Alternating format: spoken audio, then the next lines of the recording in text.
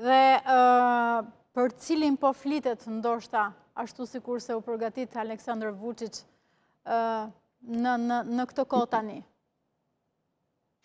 Jo, nuk... Ka emra të dalë në media nga analistët? Jo, problemi mund të ketë spekulime, por besoj që emri do dihet tek kur të shpallën zgjedhjet dhe kur të jenë kandidatët për president dhe kush do të kandidojnë nga radhët e partisë përparimtare, që është kjo partia e presidentit Vučić, dhe atëherë mund të dim edhe se kush është kandidati për president. Deri më atëherë besoj që Vučić nuk ka ndonjë bashkëpunëtor të afërt i cilin mund të thuhet se ky ose ai do të jetë